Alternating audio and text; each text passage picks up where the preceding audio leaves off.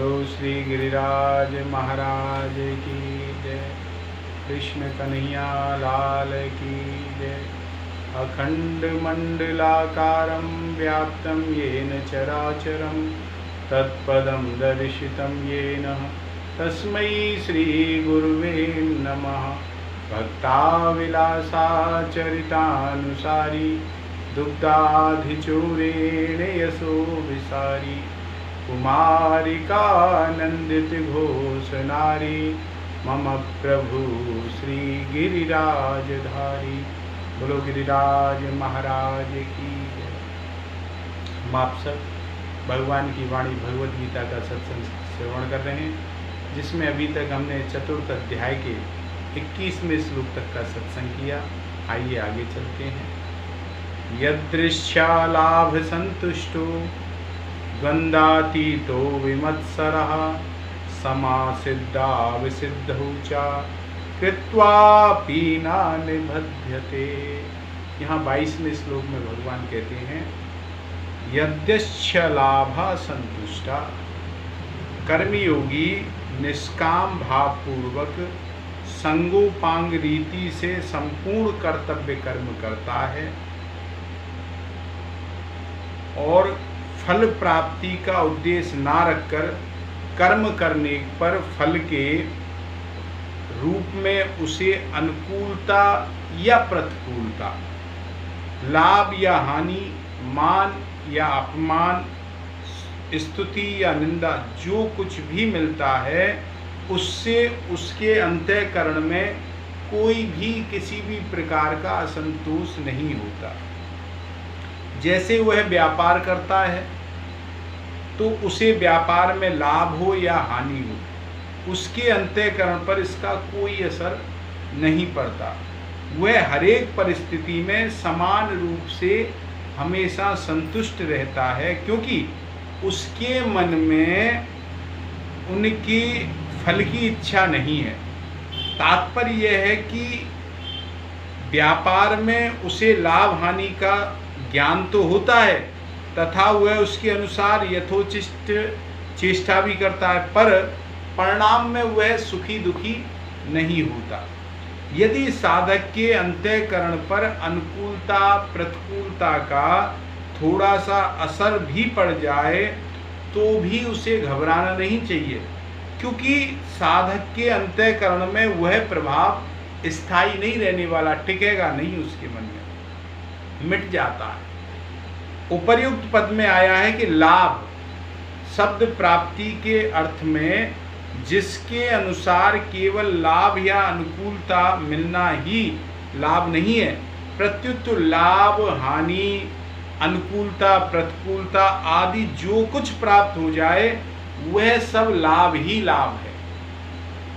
विमत्सरः, यहाँ बात आती है कर्मयोगी संपूर्ण प्राणियों के साथ अपनी एकता मानता है, सर्वभूतात्म भूतात्मा, इसलिए उसकी किसी भी प्राणी से किंचित मात्र भी ईर्ष्या का भाव नहीं रहता। विमत्सरा, यहाँ आया है विमत्सर पद अलग से देने का भाव यह है कि अपने में किसी प्राणी के प्रति किंचित मात्र भी ईर्ष्या का भाव नहीं आया। इस विषय में कर्मयोगी बहुत ही सावधान रहता है, कारण कि कर्मयोगी संपूर्ण क्रियाएं उसकी प्राणी मात्र के हित के लिए ही होती हैं इसकी। अतः यदि उसमें किंचित मात्र भी ईर्ष्या का भाव होगा तो उसकी संपूर्ण क्रियाएं दूसरे के हित के लिए नहीं हो पाएंगी। ईर्ष्या द्वेष बहुत सूक्ष्म है। दो दुकानदार हैं और आपस में उनकी मित्रता है। एक दुकानदार की दुकान थोड़ी ज़्यादा चले, एक की कम चले, तो मित्रता होने के बाद भी दूसरे दुकानदार के प्रति ईर्ष्या अपने आप हो जाती है। जहाँ आपस में प्रेम है, एकता है, मित्रता है, वहाँ भी ईर्ष्या का दोष अपने आप आ जाता है। फिर जहाँ बैर और भिन्नता आदि हो वहाँ का तो कहना ही क्या है। इसलिए साधक को इस दोष से बचने के लिए विशेष सावधान रहना चाहिए। द्वंद्वातीत, इसका भाव यह है कि कर्मयोगी लाभ हानि, मान अपमान, स्तुति निंदा, अनुकूलता प्रतिकूलता, सुख दुख आदि द्वंद्वों से रहित अतीत होता है, रहित रहता है। इसलिए उसके अंतःकरण में उन द्वंद्वों के होने वाले राग और द्वेष, हर्ष, शोक आदि का विकार नहीं आता उसके हृदय में। द्वंद्व अनेक प्रकार के होते हैं, जैसे भगवान का सगुण साकार स्वरूप ठीक है या निर्गुण निराकार स्वरूप ठीक है, अद्वैत सिद्धांत ठीक है या द्वैत सिद्धांत ठीक है, भगवान में मन लगा या नहीं लगा, एकांत मिला या नहीं मिला, शांति मिली या नहीं मिली, सिद्धि मिली या नहीं मिली इत्यादि। इन सब द्वंद्वों के साथ संबंध ना होने से ही साधक निर्द्वंद होता है। जैसे तराजू किसी भी तरह झुक जाए तो वह बराबर नहीं कहलाता, चाहे किसी भी तरह झुक जाए। ऐसे ही साधक के अंतःकरण में किसी भी तरह झुकाव हो जाए तो वह द्वंद्वातीत नहीं कहलाता, वो द्वंद्वात्मक रहेगा। हमारा कर्मयोगी सब प्रकार से द्वंद्वों से रहित होता है, अतीत होता है, इसलिए वह सुखपूर्वक संसार बंधन से मुक्त हो जाता है।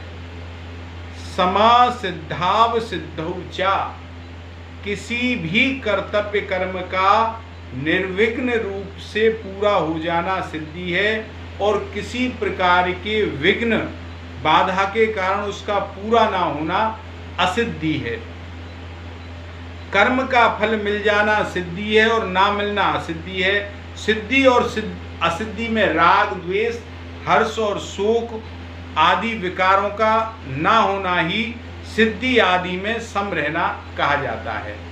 दूसरे अध्याय के 48वें श्लोक में सिद्धस्य सिद्धयो समो भूत्वा यह पद आया है।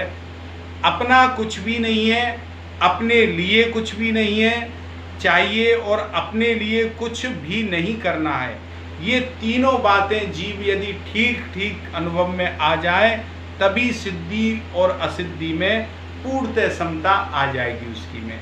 कृत्वा अपि निबध्यते, यहाँ कृत्वा अपि पदों का तात्पर्य है कि कर्मयोगी कर्म करते हुए भी नहीं बंधता, फिर कर्म ना करते हुए बंधने का तो उसका प्रश्न ही पैदा नहीं होता। वह दोनों अवस्था में कर्म करे या नहीं करे निर्लिप्त रहता है। जैसे शरीर निर्वाह मात्र के लिए कर्म करने वाला कर्मयोगी कर्मों से नहीं बंधता, ऐसे ही शास्त्र विहित, शास्त्र के अनुसार बताए गए कर्मों को करने से भी वह कर्म में नहीं बंधता। वास्तव में देखा जाए तो कर्मयोगी में कर्म करना, अधिक करना, कम करना अथवा ना करना बंधन या मुक्ति का कारण नहीं है। उनके साथ लिप्तता ही बंधन का कारण है और निर्लिप्तता ही मुक्ति देने वाली है महाराज। जैसे नाटक में एक व्यक्ति लक्ष्मण बना, दूसरा व्यक्ति मेघनाद बना, तो वे दोनों आपस में ठीक ठीक दोनों रोलों को निभाते हैं, फिर भी वह निर्लिप्त रहते हैं महाराज। अर्थात अपने को वास्तव में लक्ष्मण या मेघनाद नहीं मानते।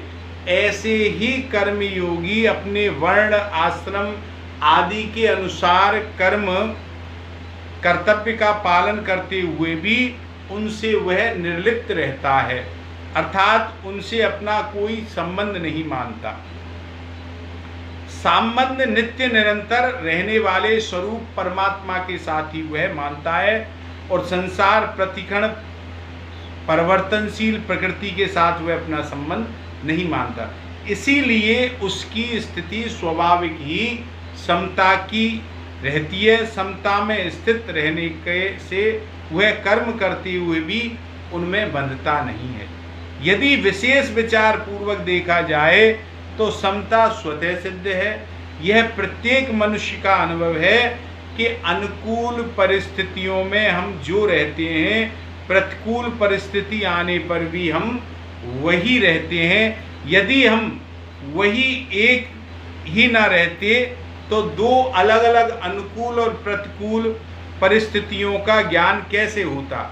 इससे सिद्ध हुआ कि परिवर्तन परिस्थितियों में होता है अपने स्वरूप में कोई भी किसी प्रकार का परिवर्तन नहीं होता। इसलिए परिस्थितियों के बदलने पर भी स्वरूप हर समय ही ज्यों का त्यों ही रहता है। भूल यह होती है कि हम परिस्थितियों की ओर तो देखते हैं पर स्वरूप की ओर, अपने की ओर नहीं देखते। अपने मन स्वरूप की ओर ना देखने के कारण ही हम जाने अनजाने वाली परिस्थितियों से मिलकर सुखी दुखी होते रहते हैं। यह भाव यहाँ रखा है। आगे विश्राम करते हैं, 2 नाम संकीर्तन, फिर विश्राम करेंगे। राधे राधे गोविंद गोविंद राधे, राधे राधे गोविंद गोविंद राधे, राधे राधे गोविंद गोविंद राधे, राधे राधे गोविंद गोविंद राधे, राधे राधे गोविंद